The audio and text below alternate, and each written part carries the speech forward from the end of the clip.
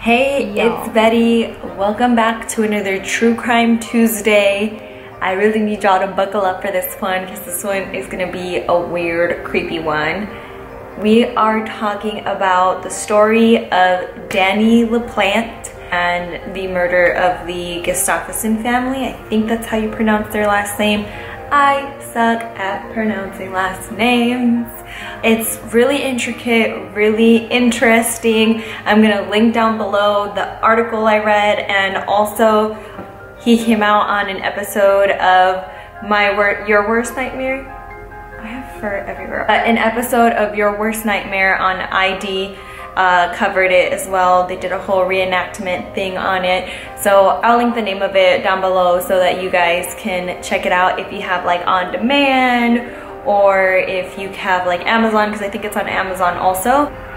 Anyway, to get to the story, I'm first gonna like cover the childhood of Danny LaPlante, because I always feel like these people, for the most part, don't go crazy out of nowhere. It all starts somewhere, and this is no different. Danny LaPlante had a really rough childhood. He was abused psychologically, he was physically abused by his father and sexually abused by his father. So he had a lot of things going on at home, which made him really socially awkward. He was doing really bad academically in school even. Anyone who knew him in school just thought of him as creepy. I read in an article that even like teachers would kind of like think of him like as not a very hygienic person. He was diagnosed early on with dyslexia, and then later on in school he started speaking to a therapist, and he was diagnosed with ADHD. That same psychiatrist that diagnosed him with ADHD then started to sexually assault him as well. So that was just like another adult that he thought that he could trust and would speak to honestly, and they just basically betrayed his trust. So he was like in the perfect storm to go on a downward spiral to become just a really awful person. And that's exactly what happened. So he started breaking into people's houses around the area that he lived in, and he wouldn't even take things every time that he went in. Like it started as petty theft, and then it eventually just started becoming something that he wanted to just kind of cause terror in these neighborhoods, where he would like move stuff around, or he would leave some of his stuff in the house to make them feel like really uneasy and unsafe. And he ended up targeting one family. They're thinking that the way that he got basically close to them was by breaking into their house and taking the phone number. They haven't like fully determined that's how he got their phone number, but that's what they're kind of assuming, is that he got their phone number from when he broke into their house. And it was the Andrews family. So the Andrews family had recently lost their mother. So the two girls living in the house were Annie and Jessica Andrews, and they lived there with their dad. Their dad was a bus driver, and he was really struggling with the death of his wife. So he would work overtime and sometimes even work overnight, which caused the girls to be home alone a lot. And Danny started calling the house, and he told Annie that he got their phone number off of a friend and that he really enjoyed talking to her. So him and Annie actually developed a relationship by phone, and he even kind of he described himself to Annie as a blonde jock. He said that he was a football player at the high school that he went to, because he told her that he went to a different high school than her, and he just described himself as this really handsome person. So they continued talking, and she would like flirt with them, he would flirt back, they would flirt back and forth, until one day he finally invited her to go out to have ice cream with him. And he actually followed through. Like, he catfished her into having ice cream with him. But girl, he was not scared. He went to her house, knocked on her door, he picked her up and took her out for ice cream. And when she opened the door, she was obviously in shock, because he was a dark-haired boy, not handsome, and he looked nothing like what he described himself as. But her being a nice person, she decided to still go out with him, and they went out for ice cream, and he started asking her questions about her mom and how it made her feel when she died, asking her really weird questions about how she died, if she suffered a lot, and how it made Annie feel. And she just started to feel kind of off about it, so she decided to cut the date short, and she dipped on his ass thinking that she would never see him again. So shortly after she cut off the date, she went home and had a seance with her sister, and they tried to communicate with their mom from the other side. They went ahead and believed, like, the whole little pendant thing, that they were actually in communication with their mom. So when weird stuff started happening around the house, they chalked it up to it being their mom at first. So they would start hearing like weird knocks, and they would try to communicate, they would ask questions, and the knocking around the walls would kind of like respond to their questions, until the knocking started happening without them even wanting to engage in conversation with any of the knocking. It would just keep happening, which started creeping them the hell out. So they ended up telling their dad about it. Their dad didn't believe them. He chalked it up to them having a really hard time with the fact that they lost their mom. So they were like, girls, like, please don't make this a big thing. Like, there's nothing going on in the house. And they just kept living on. One night though, they heard knocking in the basement of their house. They started hearing like some really weird sounds in the basement of their house. So they grabbed a knife, Annie grabbed a knife, and Jessica followed along with her, and they went downstairs to check it out. When they went downstairs, they saw writing on the wall that said, "I'm upstairs, come find me," and it looked like it was in blood. So when that happened, they freaked out, they called their dad called the cops came to check it out, and they ended up finding that the writing on the wall was ketchup. So again, their dad blamed the girls and was like, why are you guys doing this? Like, you guys are gonna go talk to therapists. Like, I don't care what you guys think. Like, you guys have to talk to someone because you guys are obviously going through it. So time went on, and it happened again a night that they were home alone. They started hearing weird knocking sounds coming from upstairs that day, and they decided to go check it out again. And when they started walking up the stairs, they found on a wall that said, "I'm back, come find me." And it looked like it was in blood again, but it was probably in ketchup again. But that freaked them out enough to run out of the house, run to a neighbor's house, and they were just like shaken and crying. This time they didn't call their dad, they just stayed at the neighbor's house, and the neighbor waited until the dad got home and stayed with them until the dad got home.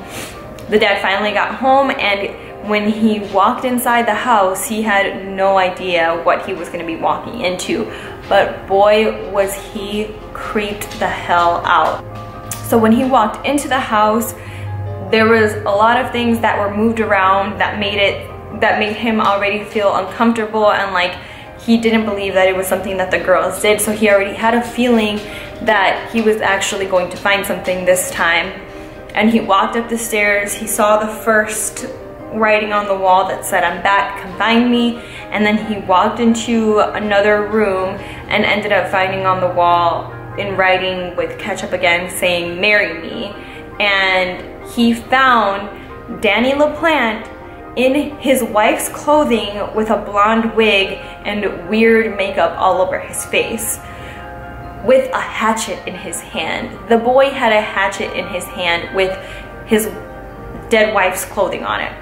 So he ran out of the house and thought that he had locked Danny in so that when the cops came, they would just get him. But when they walked into the house, they didn't find anything at first. They walked around the whole house and found nothing until one of the cops ended up finding like a little door in a crawl space, and he saw a person in there. And they opened up the door for the crawl space. They ended up finding Danny LaPlante folded in there, like crushed. And they ended up searching the entire house, and they found that Danny had actually been living in the walls of their home. Like, they found other things kind of like indicating that he was actually living there. So if that was not creepy enough, he had like punctured holes to kind of see where everyone was, and that's why he was always able to like knock exactly where the girls would hear it, or when the dad wasn't home, so that he wouldn't hear it and kind of like blame it all on the girls like he was doing. Like, it was exactly how he wanted his plan to work out. So they took him to a juvenile facility and they tried to convict him of all of these different things for breaking and entering into the house and tormenting the Andrews family. But his mom ended up paying his bail. It was a $10,000 bail, and his mom bailed him out. He went back and started living with his mom. But not too long after, he went off and committed the worst crime that he could have ever committed, and the last crime that he ever committed. And that was December 1st of 1987. Daniel LaPlante broke into the Gustafson household and murdered Priscilla Gustafson along with her 2 children, Abigail and William Gustafson. They think that it was a break-in gone wrong. They are assuming that he went in there to break into their house and steal some things, and Priscilla ended up coming home at the exact wrong time and ended up catching him in the act.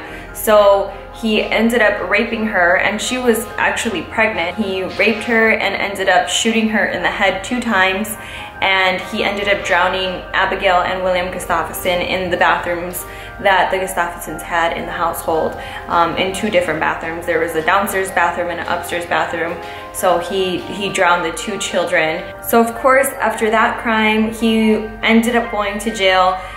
They say that he had absolutely no remorse and no reasoning behind why he decided to break into the Gustafsons' household and murder them. He tried to run off, but they ended up catching him. He was convicted for all 3 of their murders, and he is spending a life sentence without parole in prison. He was actually 17 years old when he was convicted. He is 47 years old now. So I actually just pulled up an article too where they're saying that he's like trying to like appeal all of this because of how old he was when he committed the murders. But I don't think that anything else is going to happen or anything else is going to come of that. He did have like an awful childhood, which it seems like it had everything to do with the person that he became. That is the story of Daniel LaPlante and the murder of the Gustafson family. If you guys enjoy these true crime videos, please let me know in the comment section down below if there's anyone that you guys are interested in me looking into and wanting to hear about, if I find anything else on them. I will continue to kind of like look up, because the article that I found talking about him wanting to appeal all of this was just this year, actually, on March the 5th. So I'm gonna just randomly follow up with it when I can to see if I find anything else on it. Like I said, I doubt anything will come of it, just because he didn't become remorseful all the way up until I think 2017 is when he officially apologized for everything that happened. But by then, the husband, Mr. Gustafson, had already passed away, so he didn't even get to hear everything in regards to any remorse that LaPlante had in general. So yeah, just let me know down below if you guys are interested in me talking about any other true crime stories that you guys have found interesting, or give this video a thumbs up if you guys want to see more videos like this. I hope I can edit out all of my ums better than I did last time. I tried really hard this time to not hit you guys with all of the ums, because I know you guys must have been watching that last video like, why is there so many jump cuts? It's because of how many ums I had in there. I literally had to like sit there and edit for like 3 hours straight. It was insane. Not even joking. I'm trying to get so much better at it.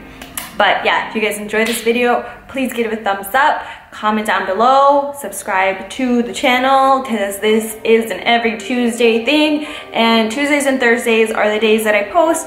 Thursdays are more like light, happy video that I just will end up throwing out there, usually beauty, fashion. I'm going to purchase Final Cut Pro, I think, this upcoming weekend.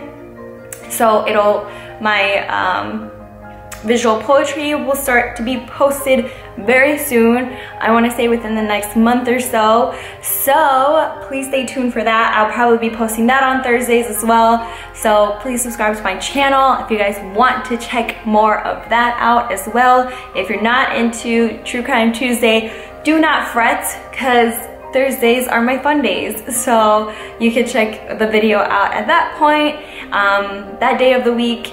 And yeah, thank you guys so much for watching, and I will talk to you guys next time.